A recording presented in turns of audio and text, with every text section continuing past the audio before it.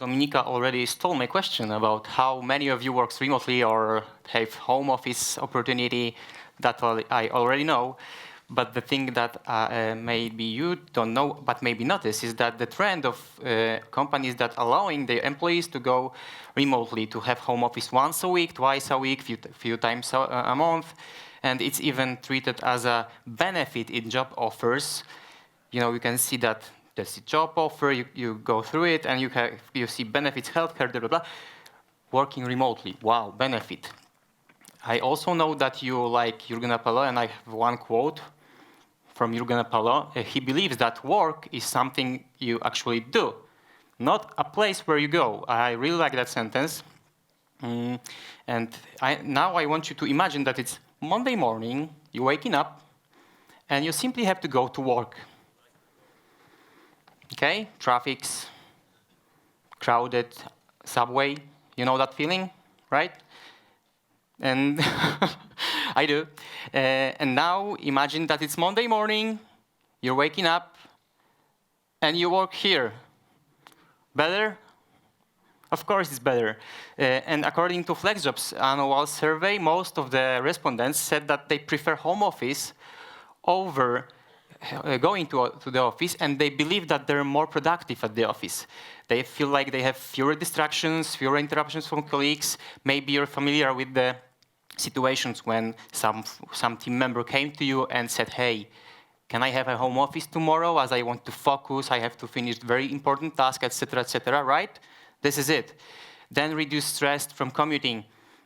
Few years ago, I moved away from Warsaw, and I'm commuting by a train. And in Poland, with our trains, the right question to ask is not like when it will arrive, but if it will arrive at all, right? It's stressful, especially if I have very important meeting, for instance, in some director or manager. It's like, oh my God. Moreover, have you ever tried to book a room for 10 people for very important meeting, SAP?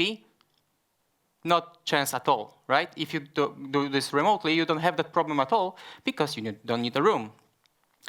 Martin Fowler defines 4 different teams varieties. First one is single-site team, when you have everyone in the same place, same building, same floor, same open space area or same room.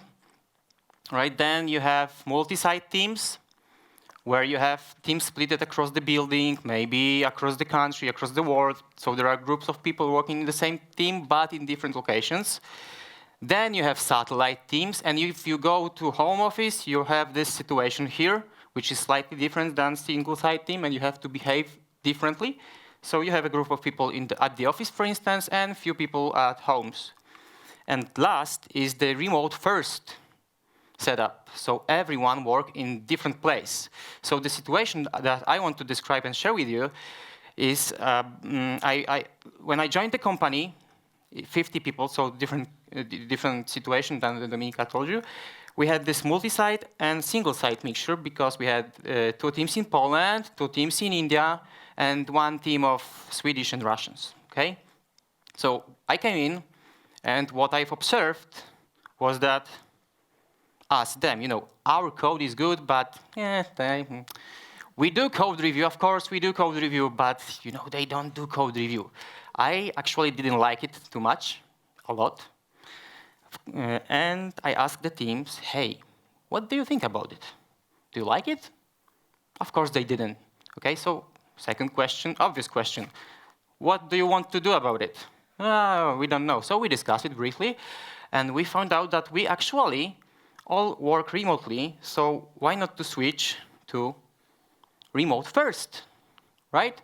Then we wanted to switch from us and them attitude to we attitude. After a few weeks of working in that setup, we've observed a lot of improvements, and few of them are quite obvious, but the last one, this diversity, wasn't so obvious, and it surprised us because we implemented diversity. We get a team from people from India, Poland, Sweden, Russia, right? And especially, it was visible especially during the meetings where you have different opinions, different mindsets. It was really cool, especially from facilitator perspective.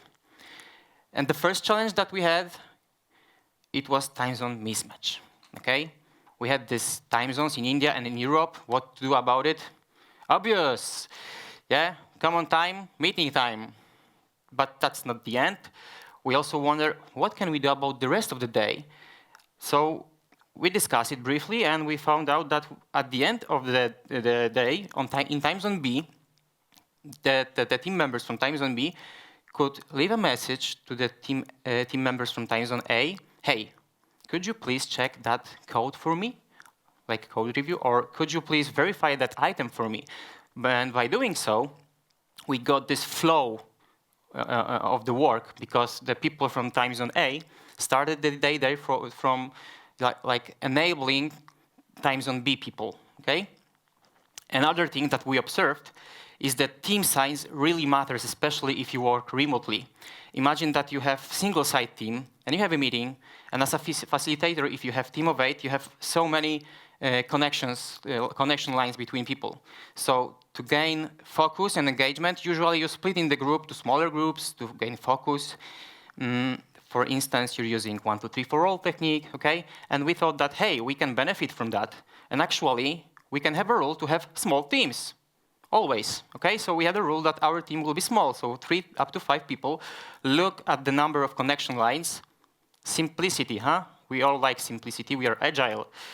Then we also knew that we have to really take care about in-personal interactions, because we couldn't see each other, our teammates, every day.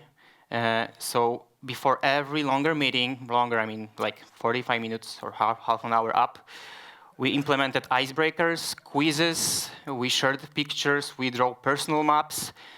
This is an example of online jigsaw that we used, and it was actually a really good game for like practice our communication. Imagine that you're playing these online puzzles in 3 iterations. In first iteration, you cannot communicate with your team members at all, okay? So it's a mess. Everyone can pick same puzzle and try to put it in different place, real messy. Then you have second iteration, and we implemented planning session, right? No? Okay, so planning session. We've planned, so usually it was like, okay, I will take this part, someone else take this part of the board, etc., etc.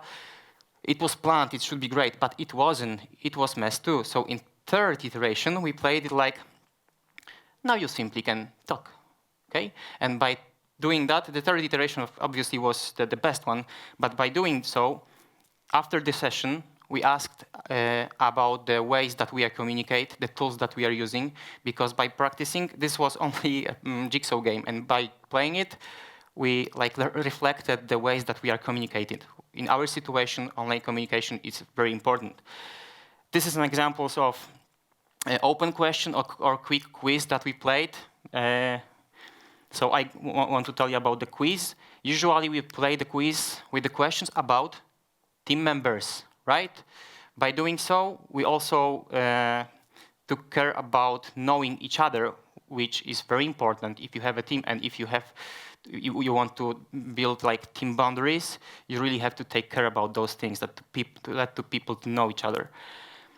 We also used 5-minute rule, so when we had any meeting, we could call 5 minutes earlier just to have a chat with the other team members. We implemented virtual coffee, so once a week, every team had half an hour slot where everyone could pick favorite coffee or tea, bring it to the meeting, and simply talk to each other, right? We also knew that when we went to remote first, we wanted to keep this feeling of being unity, right? So we've implemented weekly team calls, which at the very beginning wasn't too structured. It was just calls for all the teams that we had. After a few weeks, we discovered that agenda is really in demand, so we implemented agenda. And after a few weeks, we observed that there are points in the agenda that are repeatedly coming back. So we treated it as obligatory that we can share organizational stuff, team check, what we are doing, how we are doing, if we have any, if we're struggling with anything. Then we have product check, so product owners, product-related people came to this meeting and told us about the product plans and what we are doing right now, why we are focusing on that right now. And on organizational level, we also had bi-weekly company-wide planning and review, but it wasn't Scrum meetings. It was about marketing, sales, etc., etc., etc. But everyone was invited, and by doing so, we could hear how, for instance, marketing are doing according to the company goal, what they achieved last week, or last 2 weeks, and what they are planning to do. We also could hear about our focus, our quarter goal, and to discuss these quarterly goals. We also met on site in Sweden when our headquarters was. We have 1 day of workshop about the next quarterly goal, and according to that, we went through these loops of those meetings, etc., etc. The thing that I also want to mention is the onboarding. When I joined the company, I was surprised because I got the computer. My manager had a talk with me and said, look, this is a list of people that I want you to contact to and to know how do we work here and what do we do here. I was like, oh my God, really, I have to do that? Yes, because by doing so, you're also practicing how we do this here. We are remote, so you have to be very confident with contacting CEO, marketing manager, etc., and you don't have to hesitate to talk to them. So you have to look for people and to call them and to discuss those matters. And we also implemented onboarding buddy that was not a person from your location. That was a person from different location because our teams was distributed and we really wanted everyone to practice from very, very beginning online communication to get used to it. I want to show you the tools that we use. Probably you all know that, but those tools, I like them because they are free, or at least some limited, but you still can use it. For constant communication, we've used Slack. For small meetings, we've used Google Meet, which is quite good for teams. And when we had bigger meetings, like those weekly team meetings or bi-weekly company meetings, we used Zoom because it allows to connect much more people at the same time. And very nice feature is that you can record that call. So if you cannot attend, for instance, for some workshop, knowledge sharing session, you can go back to it because it's on Google Drive and you can play it whenever you want. For icebreakers, we use Mentimeters, so those quizzes, etc., etc. Really nice tool. We use Google Docs, very flexible. You can play personal maps, moving motivators, anything you want, you can play it on Google Docs. Then for retrospectives, we used FunRetro and Stickies. FunRetro is more structured. It's good for retrospectives, and Stickies is perfect for any kind of brainstorm. Really, you can just have a wall, empty wall, and you can put colorful stickies on it and play with it, whatever you want. Yeah, I'm talking really fast, but that's good. I still have 1 minute. So maybe you noticed that we had a lot of meetings and we tried really hard to connect people to each other. I believe this is really, really important when you have single-site team, to have this team spirit within the team. It's really hard to build this team spirit within the online team, with distributed team. But you have to keep keep focus on that. And actually, it's obvious. It's here. You know that. You know what is it, right? So this is the rule that we followed in this organization. We really take care about individuals and interactions. And by following this, I believe that you can have at least as good remote teams as single-site teams. Thank you.